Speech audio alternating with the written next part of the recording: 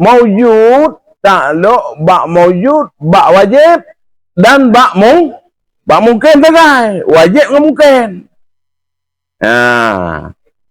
Ya kan? Sedangkan ilmu takluk ji, hubungan ji adalah bak wajib, bak mustahil, bak harus. Maka lebih luas takluk ilmu.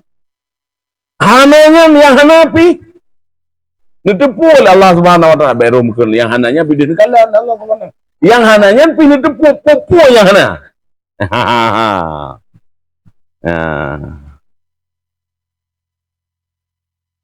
Ya kan?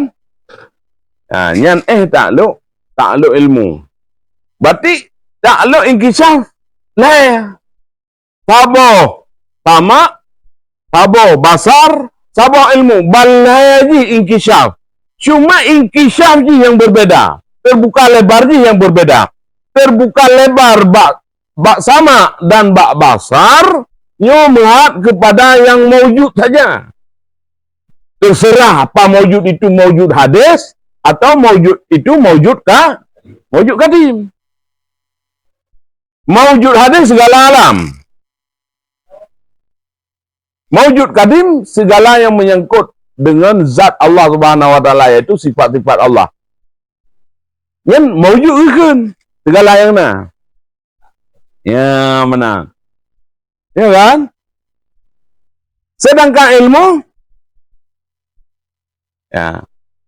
maujud hadis, maujud kadim, mustahil.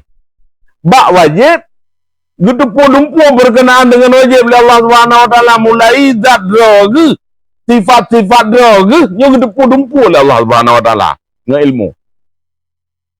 Menan pula gedepur-dempur oleh Allah Subhanahu wa taala, hana terhasap oleh suatu apapun, hana terbatas oleh suatu apapun yang menyangkut dengan seluruh yang baru.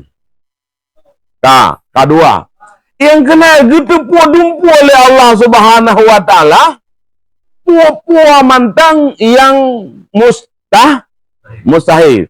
Mustahilnya padum blaribe macam mustahil, bandung gedepur-dempur dengan ilmunya Allah Subhanahu wa taala, bandung terliput hana yang alpa dengan ilmu Allah Subhanahu wa taala.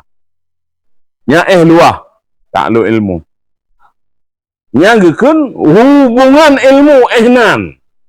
Sama dengan hubungan ilmu hana batas. Hubungan yang hubungan inkisaf dengan sama dan dengan basar juga hana batas, tapi di wilayah maujud hadis dan di wilayah maujud kan. Ya, menang.